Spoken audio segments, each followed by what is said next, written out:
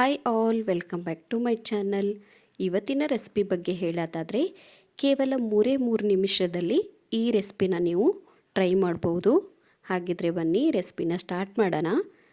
ಮೊದಲಿಗೆ ನಾನಿಲ್ಲಿ ಒಂದು ಕಡಾಯಿನ ತಗೊಂಡು 4 ಸ್ಪೂನ್ ಆಗುವಷ್ಟು ಆಯಿಲ್ನ ಬಳಸ್ತಾ ಇದ್ದೀನಿ. ಆಯಿಲ್ ಸ್ವಲ್ಪ ಬಿಸಿ ಆದಮೇಲೆ ನಾವಿದಕ್ಕೆ ಅರ್ಧ ಸ್ಪೂನ್ ಆಗುವಷ್ಟು ಸಾಸಿವೆ ಹಾಗೆಯೇ ಅರ್ಧ ಸ್ಪೂನ್ ಆಗುವಷ್ಟು ಜೀರಿಗೆನೂ ಸಹ ಸೇರಿಸ್ಕೊಬೇಕಾಗತ್ತೆ. ಸಾಸಿವೆ ಮತ್ತು ಜೀರಿಗೆ ಚಟಪಟ ಅಂದಮೇಲೆ ನಾನಿಲ್ಲಿ ಕಡಲೆ ಬೀಜನೂ ಕೂಡ ಸೇರಿಸ್ಕೊಂಡು ಚೆನ್ನಾಗಿ ಫ್ರೈ ಮಾಡ್ಕೊತಾ ಇದ್ದೀನಿ.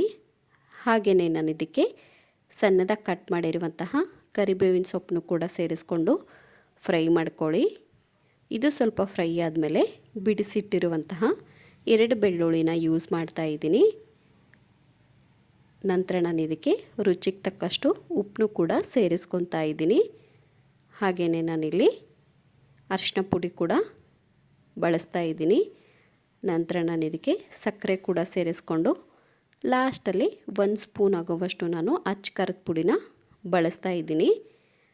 ಇವಾಗ ನಾವು ಇದನ್ನು ಚೆನ್ನಾಗಿ ಮಿಕ್ಸ್ ಮಾಡ್ಕೊಬೇಕಾಗತ್ತೆ.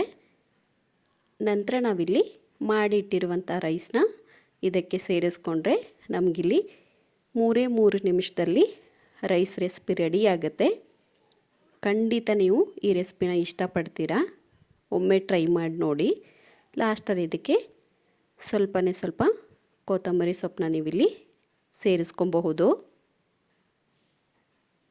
ಇವಾಗ ನಾವು ಇದನ್ನು ಈಸಿಯಾಗಿ ಸರ್ವ್ ಕೂಡ ಮಾಡ್ಕೊಬಹುದು. ಕಡಿಮೆ ಟೈಮ್ ಇದೆ ಅನ್ನೋರು ಖಂಡಿತ ಈ ರೆಸಿಪಿನ ನೀವಿಲ್ಲಿ ಟ್ರೈ ಮಾಡಿ. ಸೊ ನೋಡಿದ್ರಲ್ಲ ಫ್ರೆಂಡ್ಸ್, ಎಷ್ಟೊಂದು ಈಸಿಯಾಗಿ ರೈಸ್ನ ಮಾಡೋದು ಅಂತ. ಹಾಗಿದ್ರೆ ಇವಾಗಲೇ ಹೋಗಿ ರೆಸಿಪಿನ ಟ್ರೈ ಮಾಡಿ. ಇದೇ ಥರ ನನ್ನ ವಿಡಿಯೋಗೆ ಸಪೋರ್ಟ್ ಮಾಡ್ತಾಯಿರಿ. And thank you for watching.